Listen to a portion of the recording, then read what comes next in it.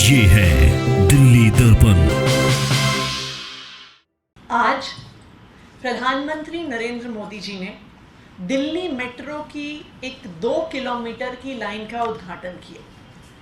ये line sector 21 Dwarka से Yashobhoomi complex तक जाती है और हमें इस बात का बहुत दुख है कि प्रधानमंत्री जी ने दिल्ली मेट्रो के इस लाइन के उद्घाटन के लिए दिल्ली के मुख्यमंत्री अरविंद केजरीवाल जी को बुलाने का भी नहीं सोचा, जबकि दिल्ली मेट्रो केंद्र सरकार का और दिल्ली सरकार का एक जॉइंट वेंचर है।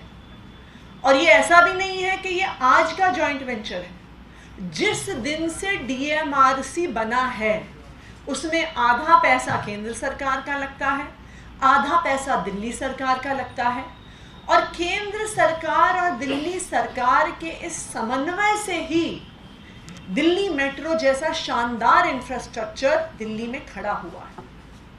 ये बहुत दुख की बात है कि प्रधानमंत्री नरेंद्र मोदी जी और उनकी पार्टी भारतीय जनता पार्टी जो ये कहती है कि हम दुनिया की सबसे बड़ी पार्टी हैं, ये भी नहीं कि देश की सबसे बड़ी पार्टी, वो कहते हैं कि हम दुनिया की सबसे बड़ी पार्टी हैं। G20 के सम्मेलन के बाद भारतीय जनता पार्टी के नेता आप कहते हैं कि प्रधानमंत्री नरेंद्र मोदी जी दुनिया के सबसे बड़े नेताओं में से हैं।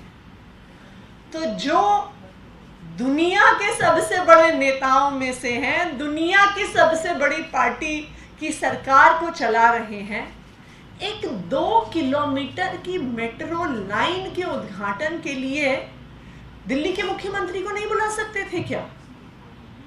मैं प्रधानमंत्री नरेंद्र मोदी जी से कहना चाहूंगी, आप देश के प्रधानमंत्री हैं, आपको पार्टी लाइन से ऊपर उठना चाहिए। आप हर राज्य सरकार के गार्जियन हैं, आप देश के प्रधानमंत्री हैं, आप सिर्फ भारतीय जनता पार्टी के प्रधानमंत्री नहीं हैं।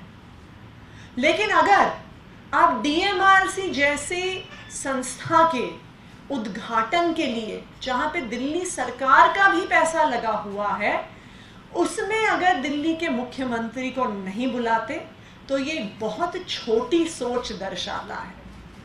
मेरा प्रधानमंत्री जी से आग्रह है कि दिल्ली देश की राजधानी है। अगर दिल्ली का विकास हमें करना है तो केंद्र सरकार को और दिल्ली सरकार को ये विकास मिलकर करना होगा। दिल्ली सरकार केंद्र सरकार के साथ कंधे से कंधा मिलाकर चलने को तैयार है, लेकिन एक बड़े की तरह, एक गार्डियन की तरह प्रधानमंत्री जी की जिम्मेदारी बनती है कि वो दिल्ली की सरकार को भी अपने साथ लेकर चले। एक 2 किलोमीटर की मेट्रो लाइन का उद्घाटन जब वो अकेले करने के लिए जाते हैं तो ये प्रधानमंत्री पद की गरिमा को भी शोभा नहीं देता। धन्यवाद। इससे पहले भी ऐसा हुआ है कि नहीं बुलाया गया, बीच में नया क्या आपको लगता है?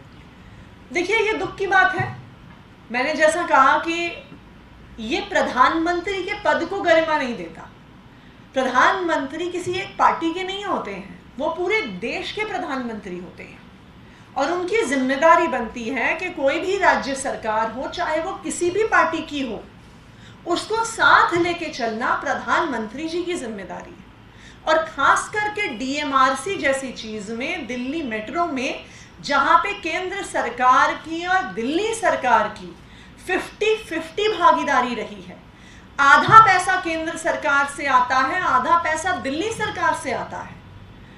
ऐसी परिस्थिति में अगर प्रधानमंत्री जी सिर्फ एक 2 किलोमीटर की लाइन के उद्घाटन के लिए कहते हैं कि नहीं सिर्फ मैं करूंगा, तो ये प्रधानमंत्री पद की भी गरिमा को शोभा नहीं देता। मैम, एक और इशू है, पॉलिटिकल इशू, जो एंकर्स बैन किए गए इंडिया अलायंस की तरफ से।